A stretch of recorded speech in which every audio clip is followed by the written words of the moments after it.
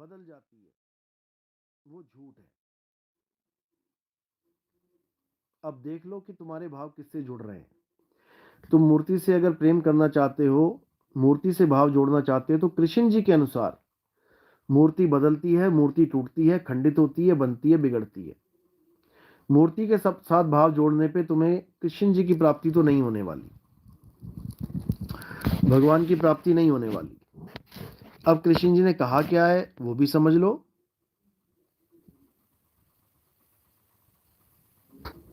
हे अर्जुन, इस दुनिया में केवल एक सत्य है, बाकी सब असत्य है। और वो सत्य क्या है? हे अर्जुन, आत्मा ही सत्य है। आत्मा का ना तो कभी जन्म होता है, ना ही आत्मा की कभी मृत्यु होती है। आत्मा अघुलनशील है, अखंडित है। आत्मा अचल है, अडोल है, अबोल है। आत्मा पुरातन है। आत्मा ही सत्य सनातन है। अब इसी आत्मा के लिए बोला गया है अध्याय 3 17वें श्लोक में कि हमें करना क्या चाहिए, क्योंकि लोगों को पता ही नहीं है कि करना क्या है। जो लोग मूर्ति पूजा करते हैं उनको लगता है कि अगर हमने मूर्ति को छोड़ दिया तो हमने भगवान को छोड़ दिया। दिक्कत यह है, इसको अच्छी तरह समझ लो। कृष्ण जी ने क्या आदेश दिया है, अच्छी तरह समझ लो। कृष्ण जी ने आत्मा को ही सत्य बोला है और आत्मा ही सत्य है, इसमें कोई दो राय नहीं है। अब करें क्या आत्मा का? क्योंकि आत्मा आत्मा तो सब बोल रहे हैं, लेकिन आत्मा को जानता कोई नहीं है। आत्मा की पूजा करे तो करे कैसे? उसके लिए क्या बोला कि हे अर्जुन, अध्याय 3 17वां श्लोक, हे अर्जुन, जो अपनी आत्मा में रमण करते हैं, जो अपनी आत्मा में तृप्त हैं, जो अपनी आत्मा में संतुष्ट हैं, उनके लिए कोई धार्मिक कर्म कर्तव्य लागू ही नहीं होता। यानी कि आत्मा की भक्ति ही असली भक्ति है। आत्मा में स्थित हो जाना ही परम तत्व को पाना है। परम तत्व का ध्यान धर, सो हम आपे आप। यानी जब तुम परम तत्व का ध्यान धरते हो, यानी आत्मा का ध्यान धरते हो, तो तुम ही आत्मा हो जाते हो। और जब तुम ही आत्मा हो जाते हो तो हे अर्जुन, आत्मा को कोई शस्त्र काट नहीं सकता, अग्नि जला नहीं सकती, वायु सुखा नहीं सकती, जल भिगो नहीं सकता।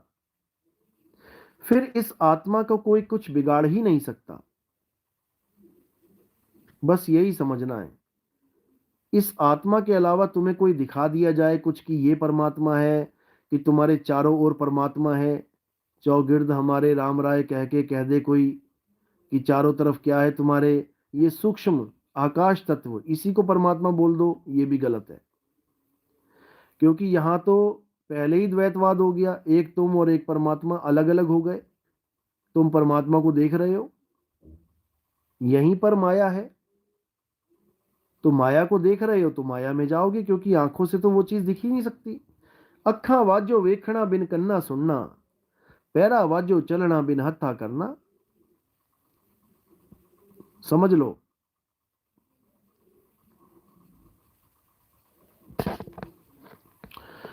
वो परमात्मा इन आंखों से नहीं दिखाई देता है, वो परमात्मा इन कानों से नहीं सुनाई देता है। अच्छे से समझ लो। इन आंखों के बिना वो कैसे दिखेगा, वो कैसे अनुभव में आएगा, उसका ज्ञान हमें कैसे होगा? सूरत के द्वारा। सूरत से देख ले वह देश, सूरत से देख ले वह देश, देखत देखत दीखण लागे, मिट गए सकल अंदेश, सूरत से देख ले वह देश। ना वहां जाप नहीं वहां अजप्पा, नी अक्षर परवेश, सूरत से देख ले वह देश, सूरत से देख ले वह देश। वो सूरत से दिखेगा। और सूरत से देखना क्या है? सूरत सूरत का करना क्या है? धुन में ध्यान ध्यान में जाना, गुरमुख अकत कहानी। धुन क्या है? शब्द धुन। शब्द ही धुन है, उसी धुन में ध्यान, ध्यान में जाना। गुरु ग्रंथ साहब की वाणी है ये। संत महात्मा हमें समझा रहे हैं क्या करना है, धुन में ध्यान और ध्यान में जाना। गुरमुख अकथ कहानी, ये अकथ कहानी उस धुन में ध्यान लगाकर ही प्राप्त होगी, नहीं तो नहीं प्राप्त हो सकती। और ये कथी नहीं जा सकती, अकथ कहानी। कोई पूछे कैसा परमात्मा है, क्या मिला तुम्हें, क्या हुआ, अरे भाई ये कथने की चीज ही नहीं है, अकथ कहानी।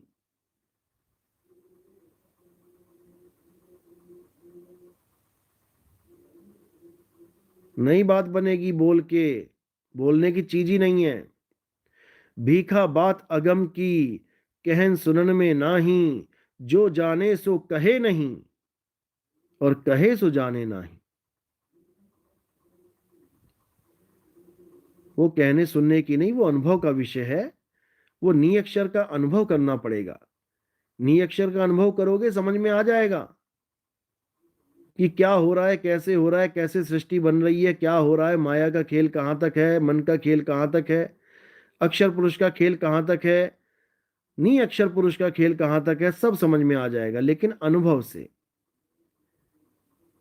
जैसे कोई कहता है कि पहले नी अक्षर था, भाई किसने देखा? क्या तुमने नी अक्षर को देखा? क्या तुमने उसको जाना, या केवल लिखी हुई बात पे विश्वास कर लिया? अगर तुमने देखा नहीं कि वो नियक्षर क्या है, कैसा है, तो तुम बात कर ही नहीं सकते, तुम इस काबिल हो ही नहीं कि तुम नियक्षर की बात भी करो, पहले अनुभव करो उसको। इसीलिए बोला बिन देखे वा देश की बात करे सो कूर, और आपे खारी खात है, बेचत फिरे कपूर। खुद तो खारी खा रहा है और कपूर बेचता फिर रहा है, लोगों को कपूर खिला रहा है और खुद नमक की डली मुंह में रखी हुई है, खारी खा रहा है। तो अच्छी तरह समझो इस बात को।